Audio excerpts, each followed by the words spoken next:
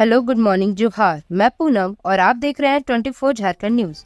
चलिए जानते हैं आज की 25 मुख्य बड़ी खबरों को। सीता सोरेन पर विवादित टिप्पणी मामला। भाजपा महिला मोर्चा ने इरफान अंसारी के घर का किया घेराव, मांगा इस्तीफा। मंत्री इरफान अंसारी द्वारा भाजपा नेत्री सीता सोरेन पर की गई आपत्तिजनक टिप्पणी के खिलाफ शनिवार की शाम भाजपा महिला मोर्चा ने जोरदार प्रदर्शन किया। प्रतिकूल मौसम के बावजूद धुर्वा स्थित मंत्री इरफान अंसारी के आवास पहुंची महिलाओं ने नारेबाजी की। महिला मोर्चा की प्रदेश अध्यक्ष आरती सिंह और रांची महानगर अध्यक्ष पायल सोनी के नेतृत्व में सैकड़ों महिलाओं ने इरफान अंसारी के आवास का घेराव कर विरोध जताया। मंत्री के आवास का घेराव कर रही महिला कार्यकर्ताओं ने इरफान अंसारी के बयान को न सिर्फ सीता सोरेन बल्कि पूरे झारखंड की माताओं बहनों का अपमान बताया और उनके इस्तीफे की मांग की। भाजपा महिला मोर्चा की कार्यकर्ताओं ने आरोप लगाया कि इरफान अंसारी ने शुक्रवार को सीता सोरेन पर अभद्र टिप्पणी कर न सिर्फ एक महिला नेत्री बल्कि राज्य की सभी माताओं बहनों के सम्मान को ठेस पहुंचाया है। आरती सिंह ने कहा कि इस घटना ने यह स्पष्ट कर दिया है कि सरकार की प्राथमिकता केवल सत्ता बचाने तक सीमित है, महिलाओं के सम्मान और कल्याण तक नहीं। उन्होंने कहा कि हेमंत सरकार की चुप्पी ने पूरे राज्य की महिलाओं का मनोबल गिराया है, जिसका झारखंड की महिलाएं इस चुनाव में हर अपमान का जवाब देंगी और गठबंधन सरकार को सत्ता से बाहर कर देंगी। प्रदर्शन के दौरान महिलाओं ने इरफान अंसारी के खिलाफ नारेबाजी की और उन्हें तत्काल बर्खास्त करने की मांग की। झारखंड में कमजोर हुआ साइक्लोन दाना का प्रभाव, कुछ स्थानों पर भारी बारिश। भीषण चक्रवाती तूफान के रूप में ओडिशा तट को गर्म करने के बाद दाना लगातार कमजोर पड़ रहा है। मौसम विज्ञान केंद्र के ताजा अपडेट के अनुसार यह चक्रवाती तूफान कम दबाव में तब्दील होकर उत्तरी ओडिशा के ऊपर मौजूद है। मौसम विज्ञान केंद्र ने अगले 12 घंटों में इसके और कमजोर होकर निष्प्रभावी हो जाने की संभावना जताई है। इस चक्रवाती सिस्टम के कारण आज झारखंड में भी इसका असर देखने को मिला। पूरे राज्य में आसमान में बादल छाए रहे और हल्की से मध्यम बारिश हुई। वहीं कुछ जगहों पर भारी बारिश की भी सूचना है। मौसम विज्ञान केंद्र रांची ने 27 से 30 अक्टूबर तक का मौसम पूर्वानुमान जारी किया है, जिसमें 27 अक्टूबर को राज्य में कुछ स्थानों पर हल्की बारिश की संभावना जताई गई है। 28 अक्टूबर को राज्य के उत्तर पश्चिमी, उत्तर मध्य और मध्य दक्षिण भाग में कुछ स्थानों पर हल्की बारिश की संभावना है। 29 अक्टूबर को राज्य के उत्तर मध्य भागों में कुछ स्थानों पर हल्की बारिश की संभावना है। वहीं 30 अक्टूबर को राज्य के उत्तर मध्य भाग के जिलों में कुछ स्थानों पर हल्की बारिश की संभावना है। राहत की बात यह है कि 30 अक्टूबर तक रांची मौसम विज्ञान केंद्र की ओर से कोई चेतावनी जारी नहीं की गई है। लोहरदगा में वाहन जांच अभियान के दौरान लगभग 2 लाख रुपए कैश बरामद। लोहरदगा जिले के कुड़ू थाना क्षेत्र अंतर्गत जिंगी बाजार चेक पोस्ट पर पुलिस ने वाहन जांच में एक वाहन से 1,91,000 रुपए नकद बरामद किया गया। यह कार्रवाई वाहन जांच के दौरान तैनात मजिस्ट्रेट के मौजूदगी में की गई। नकद को विधिवत जब्त कर आगे की कार्रवाई की जा रही है। बताया जा रहा है कि कुड़ू थाना क्षेत्र के हुरद निवासी मुस्ताक अंसारी के पास से यह नकद बरामद किया गया है। पकड़ाए गए व्यक्ति से जब कागजात की मांग की गई तो वे कागजात नहीं दे पाए, जिसके बाद नकद रुपए को विधिवत जब्त कर लोहरदगा कोषागार में विधिवत जमा कराया जा रहा है। मामले को लेकर पुलिस आगे की कार्रवाई में जुट गई है। पहले चरण की 43 सीटों के लिए 804 नामांकन दाखिल। सर्वाधिक 32 उम्मीदवारों ने जमशेदपुर पूर्वी में ठोकी ताल।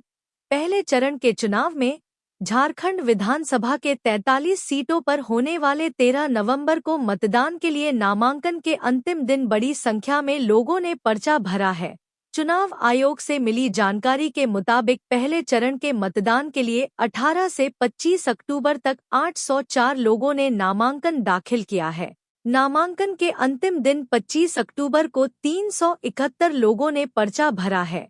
मुख्य निर्वाचन पदाधिकारी के रवि कुमार के अनुसार दाखिल नामांकन पत्रों की जांच 28 अक्टूबर को होगी और नामांकन वापसी की अंतिम तारीख 30 नवंबर को निर्धारित है। उसके बाद ही अंतिम रूप से चुनाव मैदान में खड़े प्रत्याशियों की जानकारी मिल सकेगी।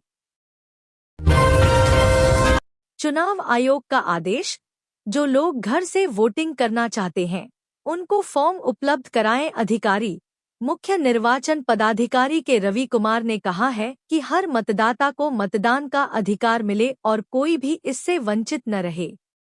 इसके लिए उन्होंने सभी जिला निर्वाचन पदाधिकारियों को निर्देश दिया है कि 85 साल से अधिक उम्र के या ऐसे दिव्यांग मतदाताओं जो घर से मतदान करना चाहते हैं को फॉर्म 12D उपलब्ध कराएं।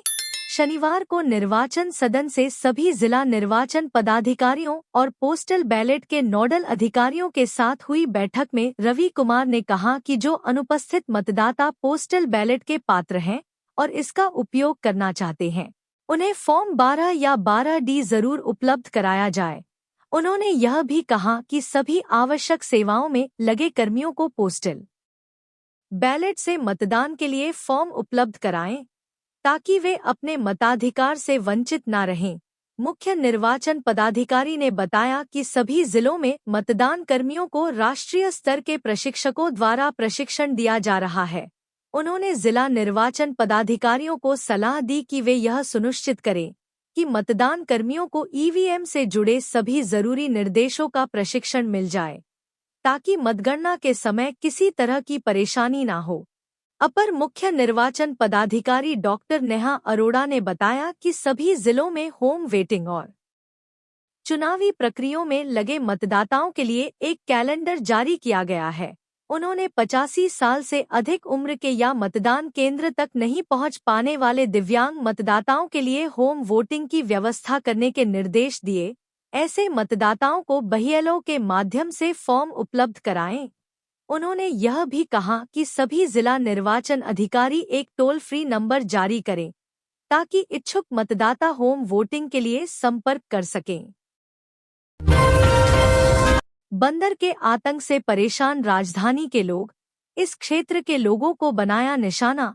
झारखंड की राजधानी रांची से एक अजीब मामला सामने आया है। यहाँ राजधानी के सिंह मोड़ इलाके के लटमा रोड में लोग बंदर के आतंक से परेशान हैं। शहर के इस क्षेत्र में बंदर लोगों के घरों में घुसकर तोड़-फोड़ मचा रहे हैं। बंदर इतने पर ही नहीं रुका है, वो लोगों के घरों में लगे दरवाजे और खिड़कियों को भी तोड़ दे रहा है। बंदर ने अब तक मोहल्ले के कई लोगों को अपना निशाना बनाया है। बता दें, लटमा रोड नंबर 9 निवासी अजय कुमार वर्मा के घर में घुसकर बंदर घर के सदस्य को दौड़ाने लगा। इस दौरान लोगों ने किसी तरह भागकर अपनी जान बचाई। इस घटना के बाद से आसपास के लोगों में बंदर को लेकर डर का साया है। क्षेत्र के निवासी अपने घरों के दरवाजे और खिड़कियों को बंद करके रह रहे हैं। बंदर ने शुक्रवार को मोहल्ले में 2-3 आदमी को भी अपना शिकार बनाया है। वहीं शनिवार को भी बंदर ने कई लोगों को काटा, जिससे मोहल्ले के लोग परेशान हो गए हैं। जानकारी हो, बंदर के काटने से रेबीज नाम की बीमारी होने का खतरा रहता है। इस कारण बंदर शरीर के जिस जगह पर भी काटता है उस जगह को तुरंत धोकर डॉक्टर से संपर्क करना चाहिए। वहीं 24 घंटे के अंदर रेबीज का इंजेक्शन लगवाना भी जरूरी होता है।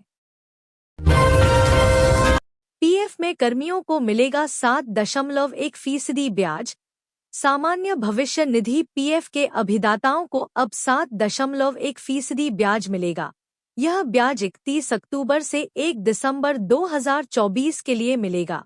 वित्त मंत्रालय के आर्थिक कार्य विभाग के द्वारा सामान्य भविष्य निधि के अभिदाताओं की कुल जमा राशि पर वित्तीय वर्ष 2024 से 2025 के लिए 1 अक्टूबर 2024 से 31 दिसंबर 2024 तक 7.1% ब्याज दर की स्वीकृति दी गई है। यह दर 1 अक्टूबर 2024 लागू किया गया है। इसके अलावा में झारखंड सरकार के वित्त विभाग द्वारा राज्य के सामान्य भविष्य निधि अभिदाताओं कि कुल राशि पर दिए जाने वाली ब्याज की दर केंद्र सरकार के अनुरूप वित्तीय वर्ष 2024 से 25 के तहत 1 अक्टूबर से 31 दिसंबर 2024 तक 7.1% फीसदी ब्याज दर देने की स्वीकृति दी है। वित्त विभाग ने इसका आदेश जारी कर दिया है। सीपीआई माले ने दिया 24 घंटे का अल्टीमेटम। झारखंड में इंडिया ब्लॉक में बिखराव रोकने के लिए भाकपा माले ने झारखंड मुक्ति मोर्चा और कांग्रेस को 24 घंटे का वक्त दिया है।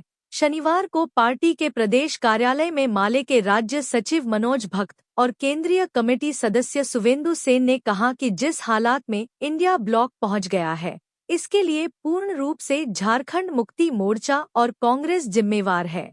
माले के राज्य सचिव ने कहा कि भाजपा को परास्त करने के लिए पूरी मजबूती से इंडिया ब्लॉक के तहत मुकाबला करने पर सहमति के साथ झामुमो, कांग्रेस, राजद और माले के नेता आगे बढ़े थे, लेकिन जिस तरह से गठबंधन के दो बड़े दल झामुमो और कांग्रेस के नेता एकतरफा फैसला कर रहे हैं, संवादहीनता के बीच इस तरह के एकतरफा फैसले का नुकसान अंततः इंडिया ब्लॉक के दलों को ही होगा। ऐसे में माले अगले 24 घंटे में झामुमो और कांग्रेस अपने स्तर पर पहल करे, अन्यथा माले अपने उम्मीदवारों की दूसरी सूची जारी कर देगी। 30 अक्टूबर को आवंटित होगा प्रत्याशियों को चुनाव चिन्ह। विधानसभा चुनाव के पहले चरण का नामांकन प्रक्रिया खत्म होने के बाद चुनाव कार्य में गति पकड़ेगी। अधिसूचना के तहत 28 अक्टूबर को नामांकन पत्रों की जांच की जाएगी। जांच में सही पाए गए नामांकन पत्रों के आधार पर प्रत्याशियों की सूची प्रकाशित होगी। 29 अक्टूबर तक प्रत्याशी अपना नाम वापस ले सकेंगे। 30 अक्टूबर को विधानसभावार प्रत्याशियों को चुनाव चिन्ह आवंटित किया जाएगा। राष्ट्रीय एवं मान्यता प्राप्त दलों को निर्वाचन आयोग की ओर से प्राप्त चुनाव चिन्ह आवंटित किया जाएगा, जबकि निर्दलीय प्रत्याशियों को दिए गए विकल्प के आधार पर चुनाव चिन्ह आवंटित किया जाएगा। विधानसभा चुनाव में खड़े प्रत्याशियों को चुनावी खर्च का लेखा-जोखा तैयार करने से जुड़ा प्रशिक्षण 2 नवंबर को दिया जाएगा। इसके लिए समाहरणालय सभागार में पूर्वाह्न 11 बजे से बैठक आयोजित की गई है, जिसमें प्रत्याशी अथवा उनके चुनाव अभिकर्ता मौजूद रहेंगे। निर्वाचन कार्यालय से मिली जानकारी के अनुसार पूरे चुनाव प्रक्रिया के दौरान 3 बार प्रत्याशियों के लेखा-जोखा की जांच की जाएगी। झारखंड में कमल खिलाने उतरेंगे बीजेपी के दिग्गज। पीएम मोदी से लेकर सीएम योगी तक करेंगे चुनावी सभा। झारखंड विधानसभा चुनाव में पहले चरण के लिए नॉमिनेशन समाप्त होने के बाद अब चुनाव प्रचार जोर पकड़ने वाला है। ऐसे में चुनावी रण को जीतने के लिए पीएम मोदी से लेकर केंद्रीय गृह मंत्री अमित शाह तक चुनाव प्रचार करने झारखंड आएंगे। झारखंड बीजेपी ने पार्टी के सभी बड़े नेताओं के चुनावी सभा आयोजित करने का निर्णय लिया है।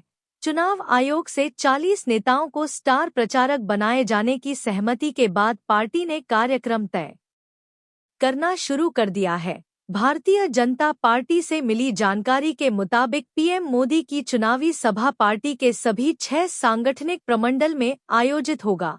संथाल और कोल्हान की सभी सीटों को साधने के लिए पार्टी ने चुनाव प्रचार की शुरुआत पार्टी ने इसी क्षेत्र से करने का निर्णय लिया है।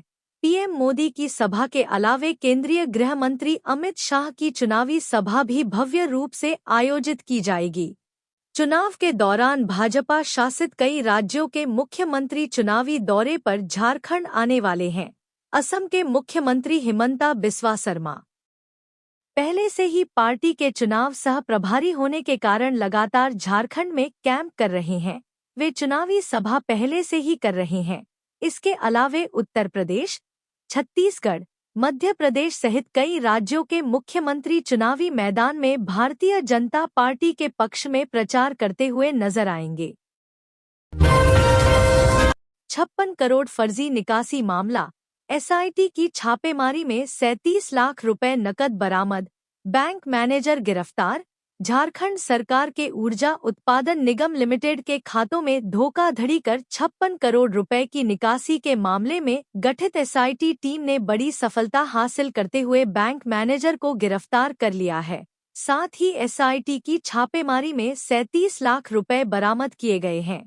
झारखंड सीआईडी द्वारा जारी प्रेस रिलीज के अनुसार सीआईडी ने फर्जी बैंक खातों के जरिए ऊर्जा विभाग से 56 करोड़ 50 लाख रुपए की निकासी के मामले में सेंट्रल बैंक ऑफ इंडिया की बिरसा चौक शाखा के मैनेजर लोलस लकड़ा को गिरफ्तार किया है। सीआईडी ने झारखंड राज्य विद्युत कर्मचारी मास्टर ट्रस्ट द्वारा central bank of India Birsa Chowk शाखा में जमा की गई राशि से संबंधित कई महत्वपूर्ण जानकारी और दस्तावेज भी बरामद किए हैं। दस्तावेजों की जांच के बाद ही बैंक मैनेजर लोलस लकड़ा से पूछताछ की गई। पूछताछ के दौरान लोलस लकड़ा ने इस मामले में अपनी संलिप्तता स्वीकार की। बाद में लोलस लकड़ा द्वारा दी गई जानकारी पर रांची के उबेरिया रोड स्थित एकता नगर स्थित शांति कंस्ट्रक्शन के कार्यालय से कुल 37,18,500 रुपए बरामद किए गए। मामले में प्रयुक्त मोबाइल फोन के अवशेष लोलस लकड़ा के घर से बरामद किए गए हैं। दीपावली और छठ के लिए आरक्षित टिकटों की वेटिंग लिस्ट हुई लंबी। दीपावली और छठ पर्व नजदीक हैं। इस वजह से ट्रेनों में आरक्षित टिकट की वेटिंग लिस्ट लंबी होती जा रही है। कई ट्रेनों में यह 200 के पार चली गई है। रेलवे के मुताबिक पर्व को देखते हुए कई ट्रेनों की शुरुआत की गई है, लेकिन रेगुलर ट्रेनों में टिकट को लेकर ज्यादा मारामारी है। टाटानगर से बिहार जाने वाली ट्रेनों के अलावा जम्मू, पंजाब, हरियाणा व दिल्ली की ओर जाने वाली यूपी के पूर्वांचल और बिहार के अलग अलग स्टेशनों तक जाने वाली ट्रेनों में भी टिकट के लिए मारामारी है। दरअसल त्योहार स्पेशल ट्रेनों का संचालन सप्ताह में 1, 2, 3 और 4 दिन के लिए किया जा रहा है। इस कारण भी रेगुलर ट्रेनों में ज्यादा भीड़ है। बिहार की ओर दुर्ग से आरा जाने वाली ट्रेन में वेटिंग लिस्ट 1, 2, 3, 4 व 5 नवंबर को 136 से लेकर 200 तक पहुंच चुकी है। इसी तरह टाटनगर से बक्सर चलने वाली ट्रेन में इन दिनों वेटिंग लिस्ट 155 से लेकर 210 तक पहुंच चुकी है। टाटा कटिहार ट्रेन में भी वेटिंग लिस्ट 185 तक पहुंच गई है। हालांकि टाटानगर से चलने वाली वंदे भारत ट्रेन में भी वेटिंग लिस्ट अपेक्षाकृत कम है। टेंडर हार्ट के रौनक ने नेशनल शूटिंग चैंपियनशिप में जीता गोल्ड। रांची के टेंडर हार्ट स्कूल के 10वीं कक्षा के छात्र रौनक राज महतो ने एसजीएफआई नेशनल शूटिंग चैंपियनशिप में शानदार प्रदर्शन कर गोल्ड मेडल अपने कब्जे में किया है। रौनक ने डीपीएस भोपाल में 21 अक्टूबर से 26 अक्टूबर तक आयोजित under 19 category 10 metre rifle shooting प्रतियोगिता में गोल्ड मेडल पर निशाना साधा।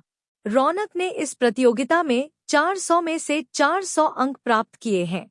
रौनक इस शानदार जीत के साथ राष्ट्रीय स्तर पर गोल्ड मेडल जीतने वाले पूर्वी भारत के सभी राज्यों के इकलौते शूटर बन गए हैं। इन राज्यों में झारखंड, बिहार, ओडिशा, पश्चिम बंगाल और असम शामिल हैं। बता दें, इस सफलता के साथ रौनक ने खेलो इंडिया यूथ गेम्स के लिए भी क्वालिफाई कर लिया है। चुनाव आयोग ने कहा, आचार संहिता उल्लंघन में अब तक 19 एफआईआर दर्ज, 57 करोड़ की अवैध सामग्री और नकदी जब्त। अपर मुख्य निर्वाचन पदाधिकारी डॉक्टर नेहा अरोड़ा ने कहा है कि विधानसभा चुनाव के दौरान राजनीतिक दलों और प्रत्याशियों द्वारा किसी की भावना को आहत करने वाले बयान से बचना चाहिए। ऐसा बयान आदर्श आचार संहिता का उल्लंघन है। इसके खिलाफ प्राथमिकी दर्ज कर कार्रवाई होगी। उन्होंने कहा कि इस संबंध में पूर्व में ही एडवाइजरी जारी की जा चुकी है।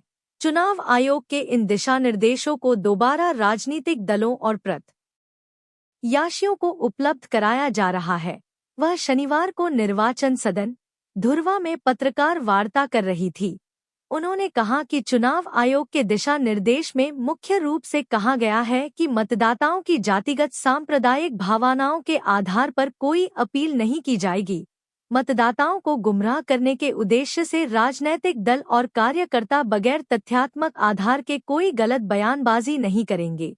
बगैर प्रमाणित आरोप के तोड़मरोड़ कर अन्य दलों अथवा दूसरे दलों के कार्यकर्ताओं की आलोचना नहीं करनी है। उन्होंने बताया कि प्रथम चरण के 43 विधानसभा क्षेत्रों में कुल 805 नामांकन दर्ज किए गए हैं।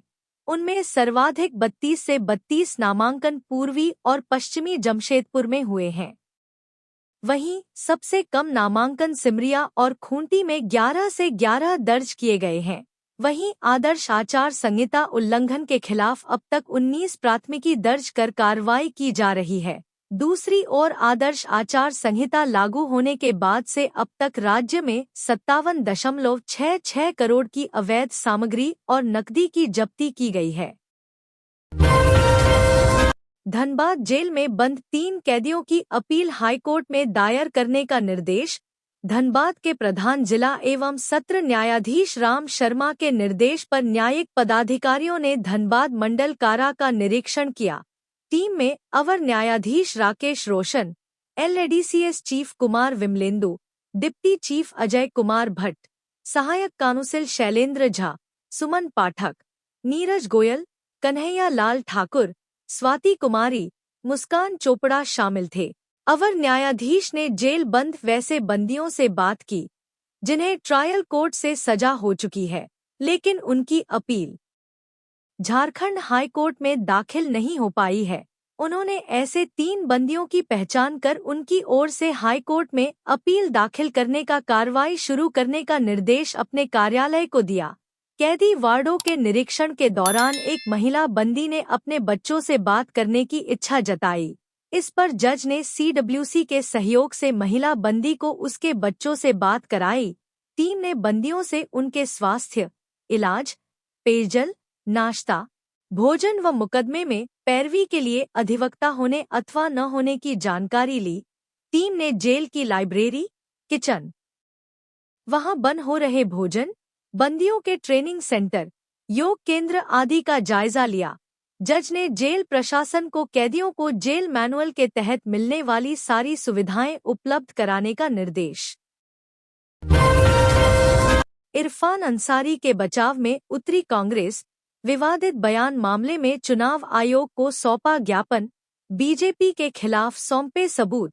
राज्य के ग्रामीण विकास मंत्री और जामताड़ा से कांग्रेस प्रत्याशी डॉक्टर इरफान अंसारी द्वारा सीता सोरेन को लेकर दिए गए एक तथाकथित बयान को लेकर जहां भारतीय जनता पार्टी काफी मुखर है, वहीं अब झारखंड प्रदेश कांग्रेस कमेटी भी इस मुद्दे को लेकर चुनाव आयोग पहुंच गई है। कांग्रेस के एक प्रतिनिधिमंडल ने शनिवार को राज्य के मुख्य निर्वाचन पदाधिकारी से मुलाकात कर उन्हें डॉक्टर इरफान अंसारी के बयान से संबंधित मामले में एक ज्ञापन और पेन ड्राइव सौंपा और भाजपा पर झूठा आरोप लगाने की बात कही।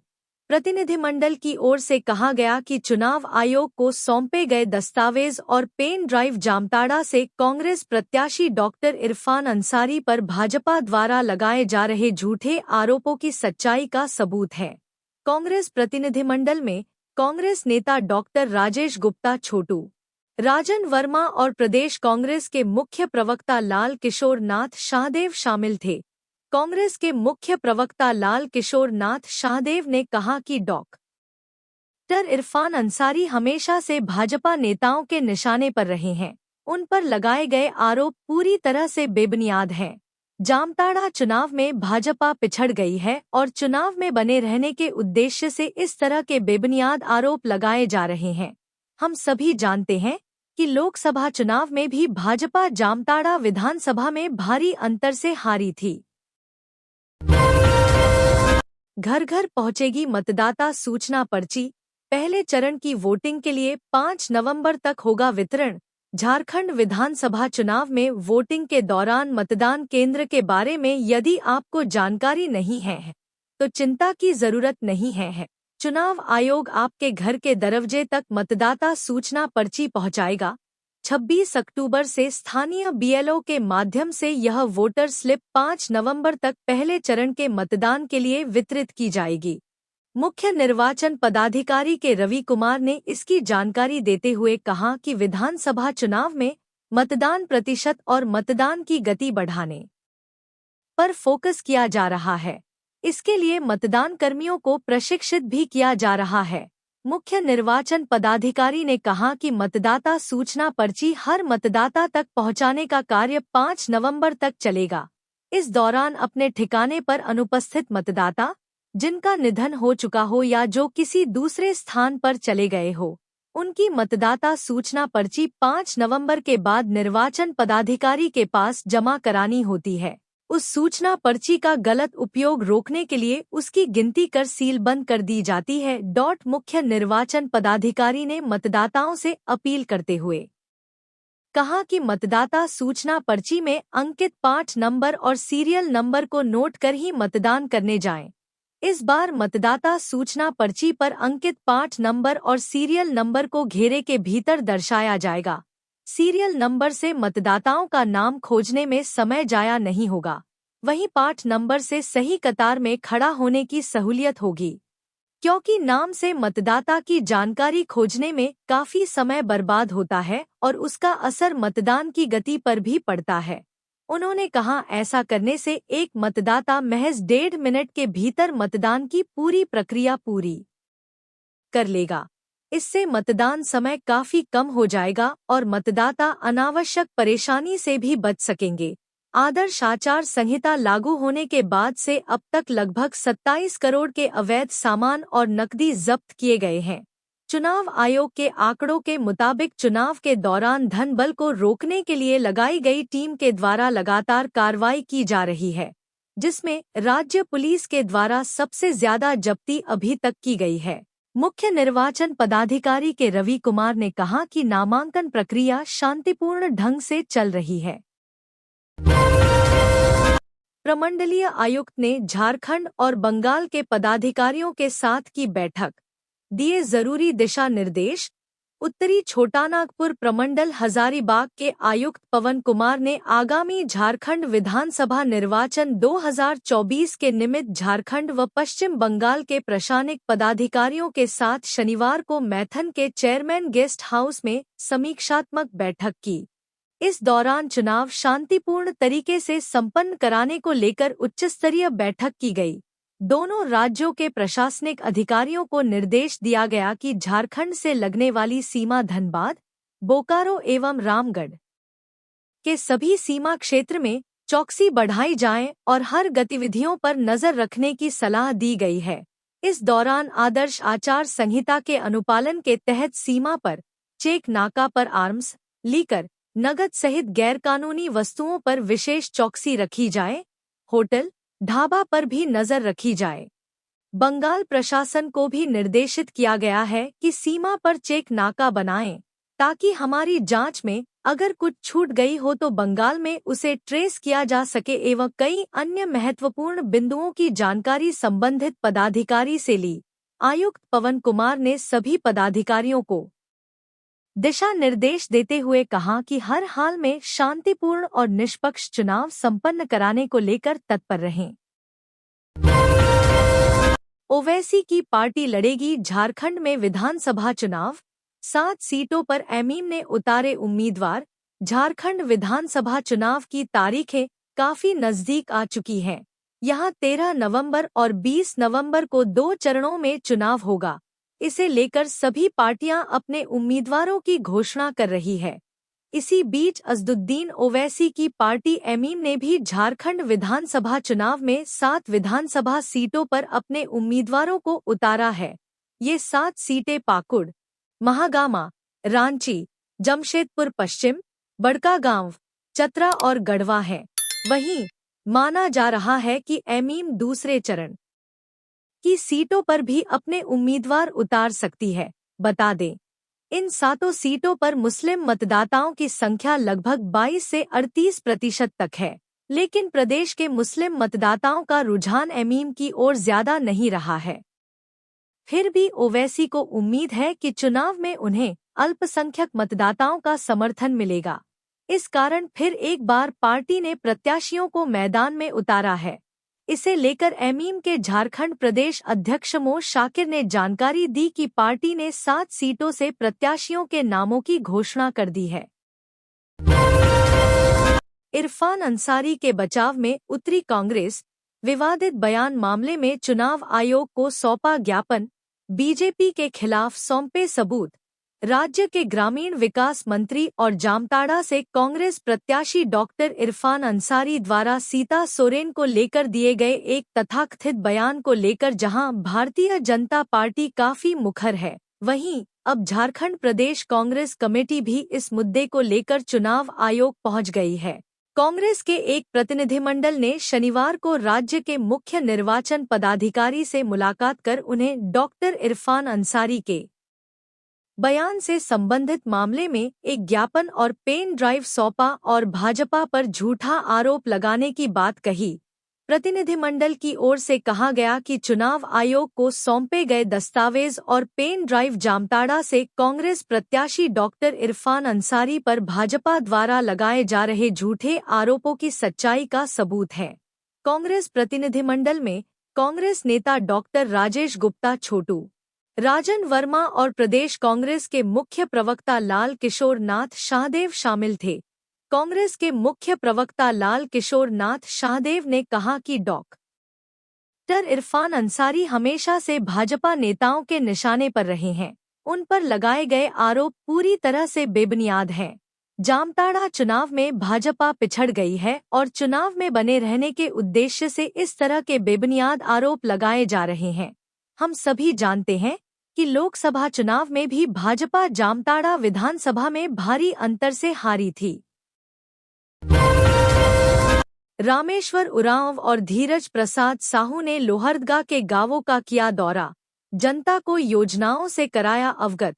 लोहरदगा विधानसभा चुनाव को लेकर लोहरदगा प्रखंड के ग्राम कुरसे, हैंसल, कुज्जी, मंगन टोली, बसरडी आदि गांव का दौरा लोहरदगा विधानसभा के कांग्रेस प्रत्याशी सह मंत्री डॉक्टर रामेश्वर उरांव एवं पूर्व राज्यसभा सांसद धीरज प्रसाद साहू ने चुनावी प्रचार शुरू किए कार्यक्रम में ग्रामीणों के द्वारा पारंपरिक तरीके से उनका किया गया स्वागत, जहां उन्होंने लोगों से आने वाले विधानसभा चुनाव में अपने पक्ष में मांगा वोट। इस अवसर पर ग्रामीणों को संबोधित करते हुए डॉक्टर रामेश्वर उरांव ने लोगों से कहा कि हमारी झारखंड सरकार गठबंधन की सरकार ने जन कल्याणकारी योजनाएं चलाकर लोगों को लाभ पहुंचाने का काम किया है। उन्होंने बताया कि हमारी सरकार ने ऐतिहासिक फैसला लेते हुए महिलाओं के सम्मान में मैया सम्मान योजना के तहत 18 वर्ष के ऊपर की सभी महिलाओं को 1000 देने का काम किया है। वहीं अगले मन से इसे बढ़ाकर 2500 कर दिया गया है, जो अब हर महिला के सम्मान में उसके अकाउंट में हर महीने 2500 आएंगे।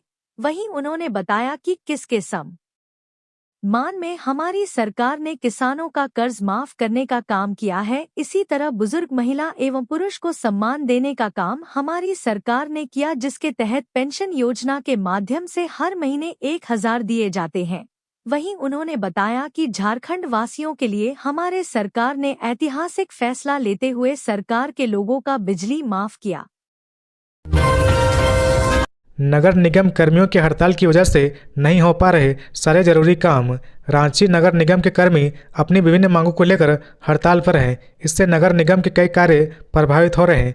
जन्म प्रमाण पत्र, मृत्यु प्रमाण पत्र के साथ होल्डिंग टैक्स से संबंधित काम नहीं हो पा रहा है। इससे आम लोगों को भारी परेशानियों का सामना करना पड़ रहा है। हर दिन लोग अपने काम के सिलसिले से निगम कार्यालय पहुंचते रहे हैं, लेकिन कर्मियों के हड़ताल होने की वजह से उन्हें निराश होकर लौटना पड़ता है। वहीं दूसरी तरफ हड़ताल कर रहे कर्मियों का कहना है कि उनकी मांग पर सुनवाई नहीं होने की वजह से उनके पास कोई रास्ता बचा नहीं है। उन्होंने साफ कर दिया कि जब तक उनकी मांगों पर विचार नहीं किया जाएगा, हड़ताल जारी रहेगा।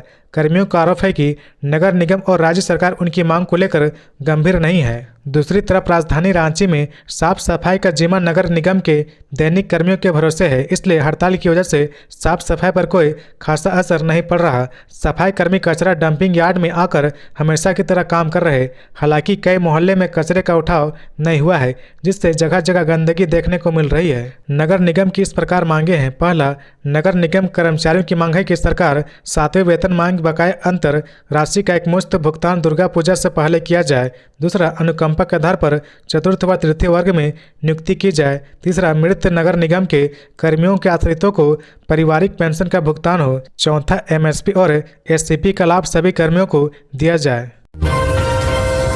सावधान, किसी की भावना आहत की तो होगी कार्रवाई। झारखंड की अपर मुख्य निर्वाचन पदाधिकारी डॉक्टर नेहा अरोड़ा ने कहा है कि विधानसभा चुनाव के दौरान राजनीतिक दलों और प्रत्याशियों को किसी की भावना आहत करने वाले बयान से बचना चाहिए। ऐसा बयान आदर्श चुनाव आचार संहिता का उल्लंघन है। इसके खिलाफ प्राथमिकी दर्ज कर कार्रवाई होगी। उन्होंने कहा कि इस संबंध में पूर्व में ही एडवाइजरी जारी की जा चुकी है। चुनाव आयोग के इन दिशा निर्देशों को दोबारा राजनीतिक दलों और प्रत्याशियों को उपलब्ध कराया जा रहा है। वह शनिवार को धुर्वा के निर्वाचन सदन में प्रेस वार्ता कर रही थी। अपर मुख्य निर्वाचन पदाधिकारी डॉक्टर नेहा अरोड़ा ने कहा कि चुनाव आयोग के दिशा निर्देश में मुख्य रूप से कहा गया है कि मतदाताओं की जातिगत सांप्रदायिक भावनाओं के आधार पर कोई अपील नहीं की जाएगी। मतदाताओं को गुमराह करने के उद्देश्य से राजनीतिक दल और कार्यकर्ता बगैर तथ्यात्मक आधार के कोई गलत बयानबाजी नहीं करेंगे। बगैर प्रमाणित आरोप के तोड़मरोड़ कर अन्य दलों अथवा दूसरे दलों के कार्यकर्ताओं की आलोचना नहीं करनी है। नेताओं अथवा कार्यकर्ताओं के निजी जीवन के किसी पहलू जो सार्वजनिक गतिविधियों से संबंधित नहीं हो, उसकी आलोचना नहीं की जाएगी। तो ये थी आज की झारखंड की टॉप बड़ी खबरें। इसी तरह झारखंड की हर छोटी सी बड़ी खबर देखने के लिए आप हमारे चैनल 24 झारखंड न्यूज को सब्सक्राइब करके बेल आइकन प्रेस कर ले, जिससे झारखंड की हर छोटी सी बड़ी खबर की अपडेट आप तक पहुंचता रहे। तो आज के लिए बस इतना ही। हमें दीजिए इजाजत, फिर मिलते हैं नेक्स्ट न्यूज में।